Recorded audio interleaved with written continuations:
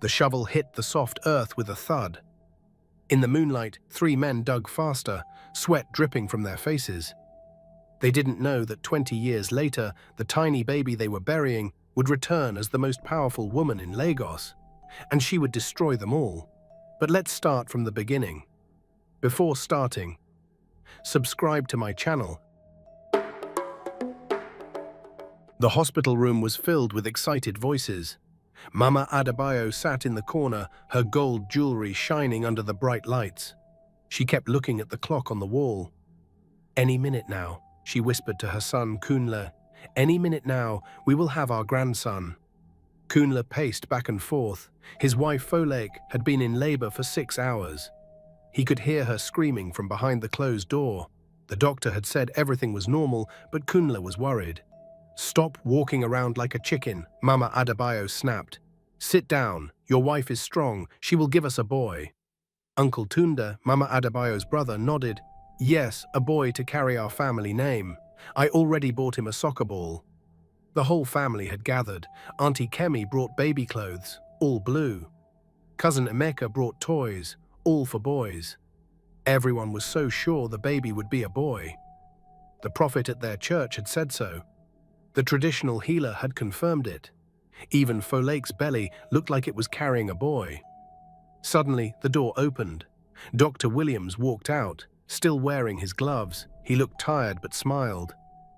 "Congratulations," he said. "You have a beautiful, healthy baby." Mama Adebayo jumped up. "Where is my grandson?" Dr. Williams paused. His smile faded a little. "Actually, it's a girl, a baby girl."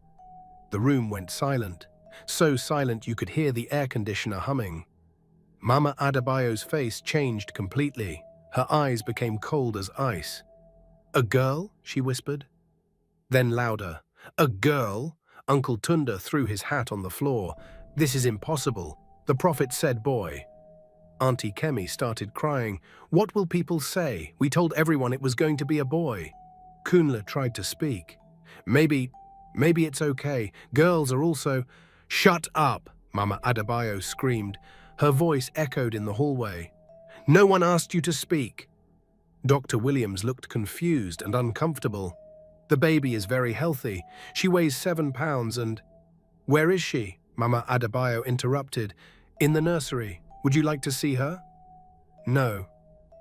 Mama Adebayo's voice was like a knife. "We don't want to see her." The family members looked at each other. Whispers started. "What do we do now? This is embarrassing. People will laugh at us."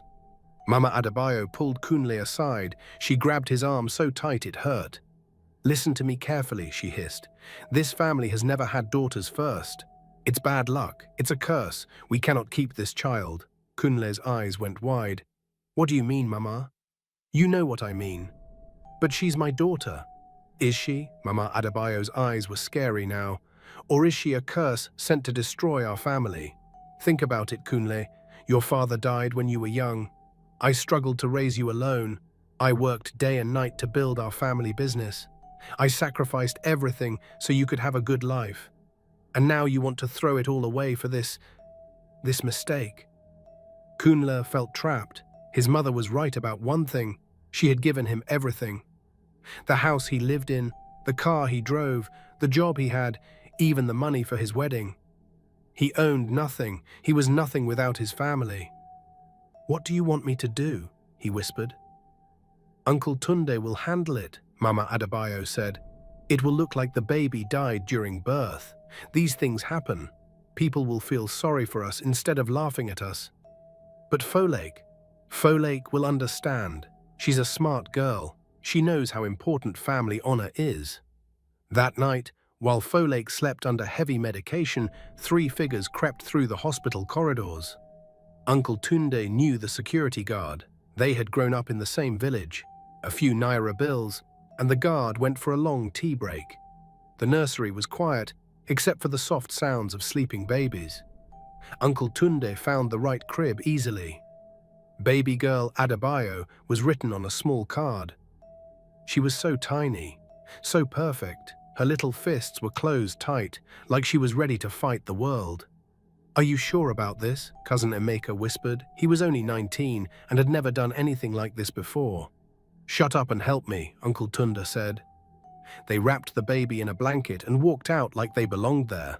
No one stopped them. No one asked questions. The family compound was 30 minutes outside Lagos. Behind the main house was a large garden where Mama Adebayo grew her vegetables. At the very back, hidden by thick bushes, they dug. The baby woke up during the drive. She started crying, a strong, loud cry that filled the car. "She has good lungs," Emeka said nervously. "Not for long," Uncle Tunde replied. They dug for an hour. The hole needed to be deep enough that wild animals wouldn't smell anything. Uncle Tunda had done this before, years ago, when his own wife gave birth to a daughter. That was the family way. When they finished, Uncle Tunda took the baby. She had stopped crying and was looking up at the stars with wide, curious eyes. "I'm sorry, little one," he whispered, "but this is how it has to be." He placed her gently in the hole. The baby made small sounds, like she was trying to talk. Then they started covering her with dirt. What they didn't know was that someone was watching. Nurse Grace Okafor had worked at Lagos General Hospital for 5 years. She had seen many things: happy births, sad deaths, miracles, and tragedies, but she had never seen anything like what she witnessed that night. Grace was finishing her late shift when she noticed 3 men acting strangely near the nursery. She hid behind a medicine cart and watched them take baby girl Adebayo. Her heart pounded. She wanted to scream, to call security, but something told her to follow them instead. Maybe they were taking the baby to see the mother. Maybe there was a good explanation. But when she saw them drive away from the hospital, she knew something was terribly wrong. Grace jumped into her old Honda and followed them. She stayed far enough back so they wouldn't notice her headlights. Her hands shook on the steering wheel. What was she doing? This was crazy. This was dangerous. The men drove to a large compound outside the city. Grace parked down the road and crept closer on foot. She could hear voices and the sound of digging.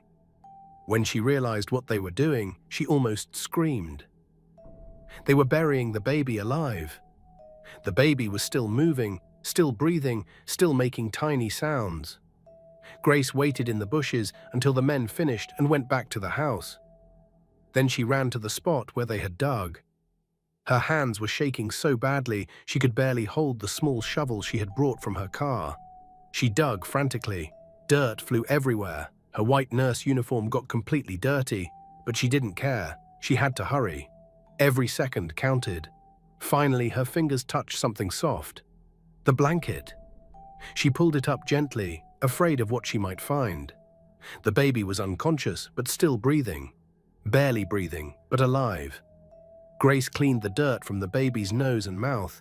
She performed CPR like she had learned in nursing school. After what felt like forever, the baby opened her eyes and let out a weak cry.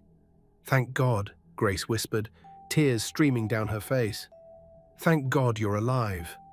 She wrapped the baby in her own sweater and drove straight home. Her small apartment wasn't much, but it was clean and safe.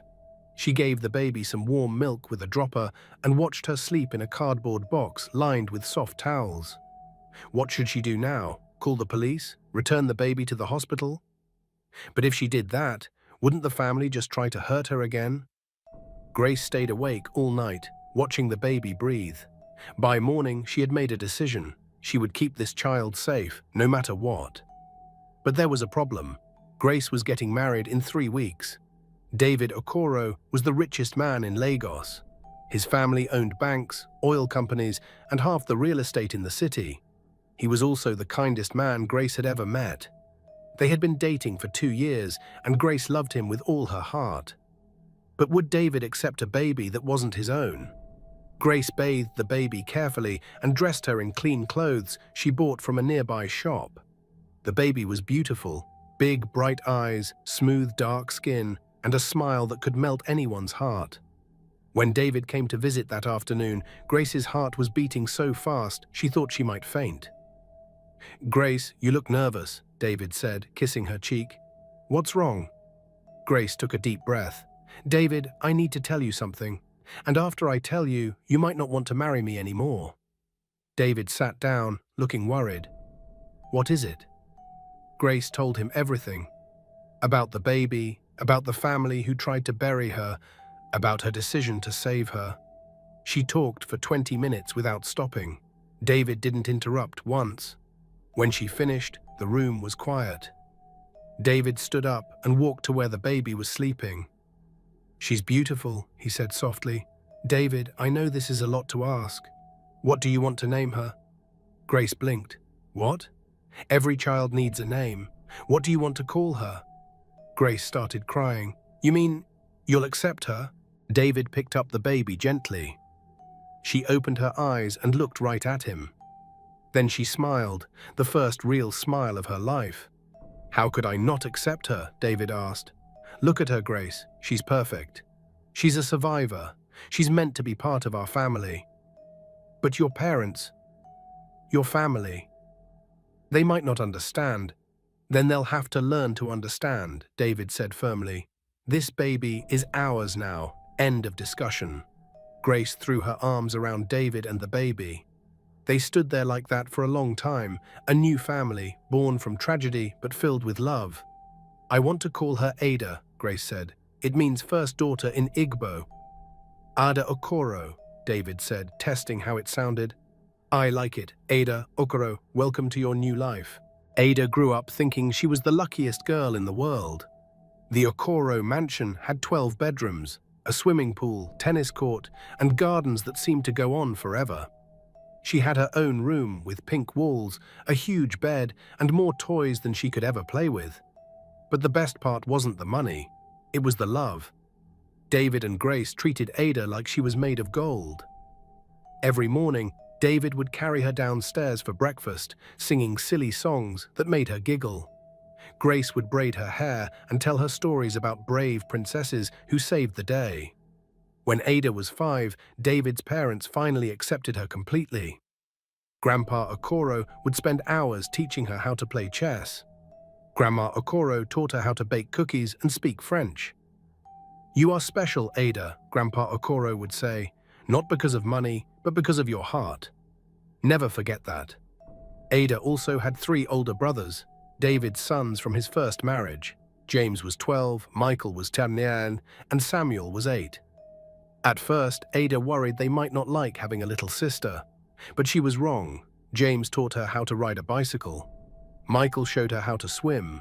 Samuel let her play with his toy soldiers and never complained when she made them have tea parties instead of battles. When Ada turned 10, David decided it was time to teach her about business. Every Saturday, he would take her to his office and explain how companies worked. "Money is not evil, Ada," he would say, "but loving money more than people is evil. We use our wealth to help others, not just ourselves." By the time Ada was 15, she was already helping make important business decisions. She had ideas that impressed grown men with decades of experience. David started joking that he should retire early and let Ada take over. But Ada had questions too. Sometimes, late at night, she would ask Grace about her real parents. "Was I adopted because my birth parents didn't want me?" she would ask.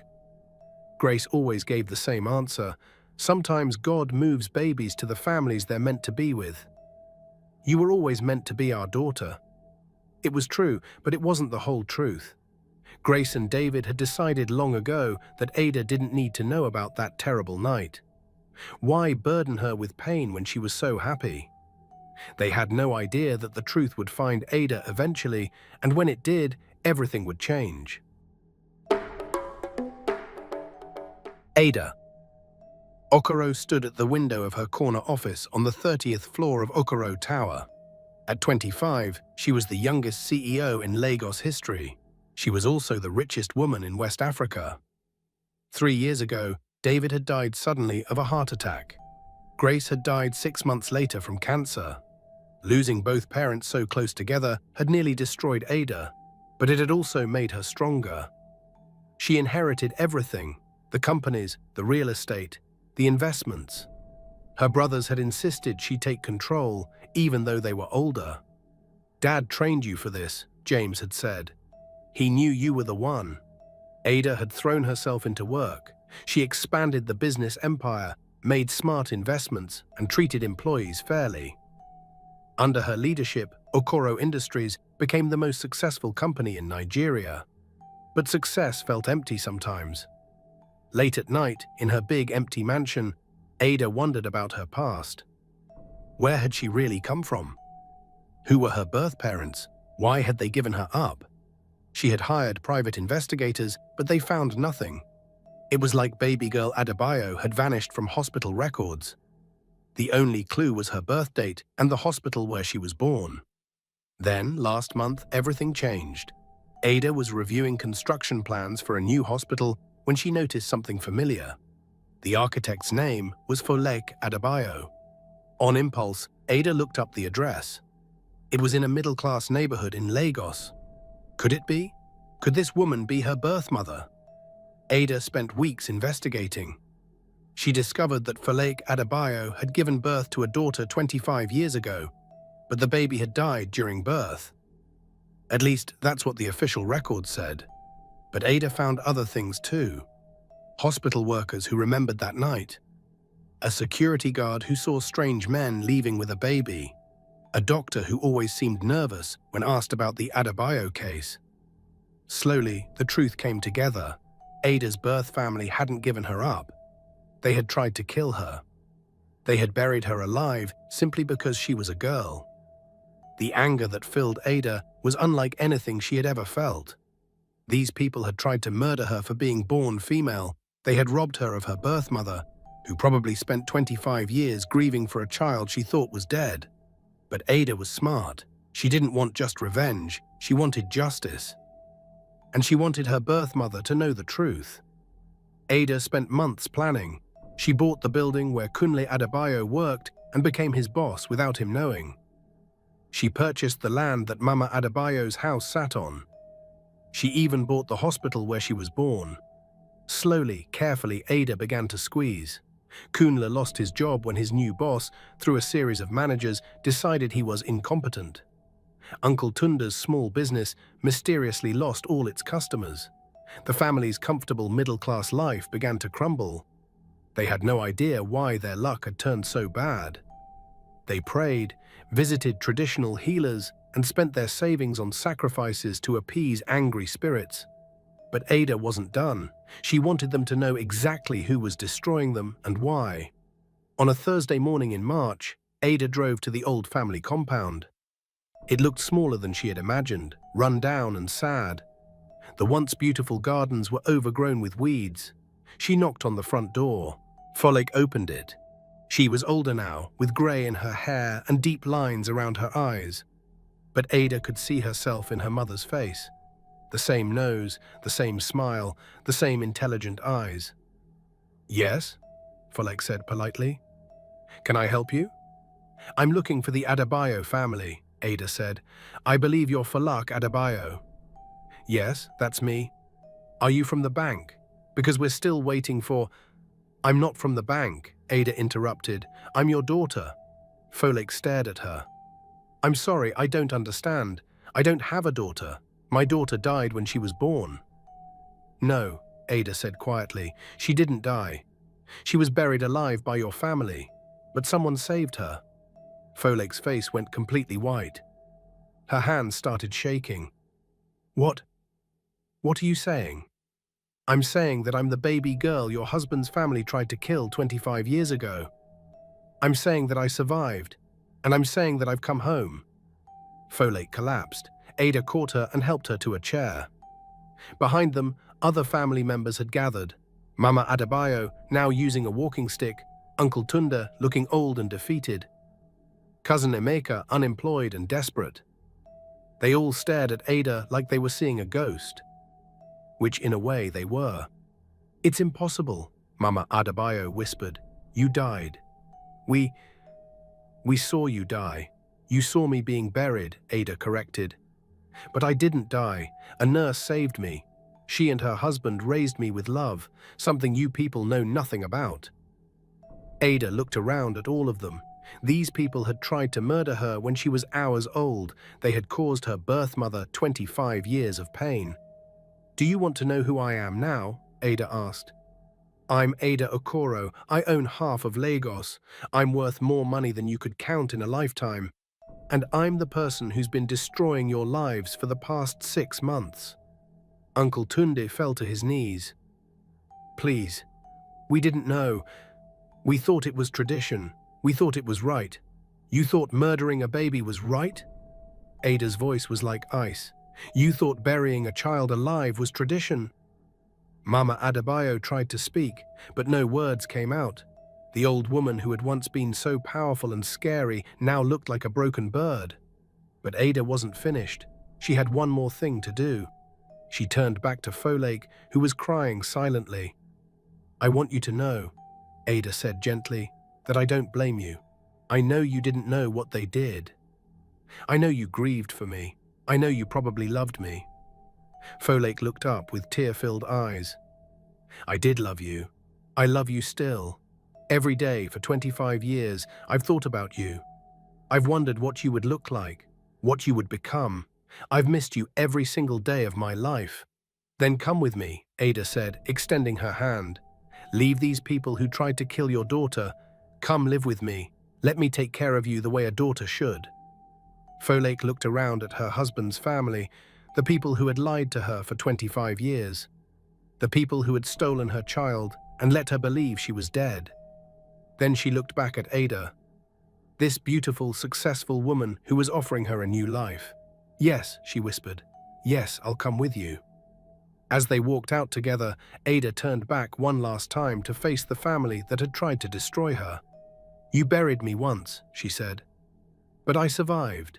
I grew up loved and strong and powerful. And now I'm burying all of you, not in the ground, but in poverty and shame. That's justice. Mama Adebayo called out desperately, Wait, please, we can explain, we can make it right. Ada paused at the door. Make it right? You tried to murder a baby because she wasn't the gender you wanted. There is no making that right. There is only consequences.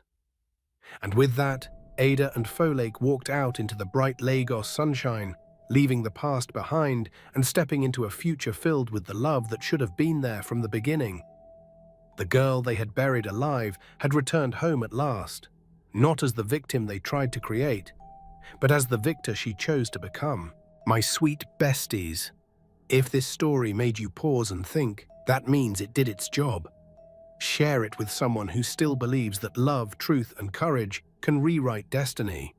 Share your thoughts in the comment section. I am reading Evie comment. And if you want more stories that stay with you long after they end, hit that subscribe button.